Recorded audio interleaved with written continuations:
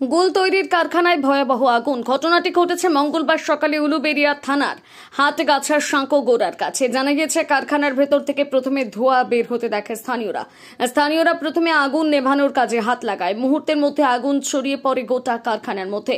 খবর দেওয়া হয় দমকলে। ঘটনাস্থলে যায় দমকলের 3টি ইঞ্জিন। কয়েক ঘন্টার চেষ্টায় আগুন নিয়ন্ত্রণে আনে দমকল কর্মীরা। খবর পেয়ে ঘটনাস্থলে যায় উলুবেড়িয়া থানার পুলিশ। তবে কি কারণে আগুন লাগলো তা এখনো পর্যন্ত জানা যায়নি। শর্ট সার্কিট থেকে আগুন লাগতে পারে বলে দমকলের প্রাথমিক অনুমান।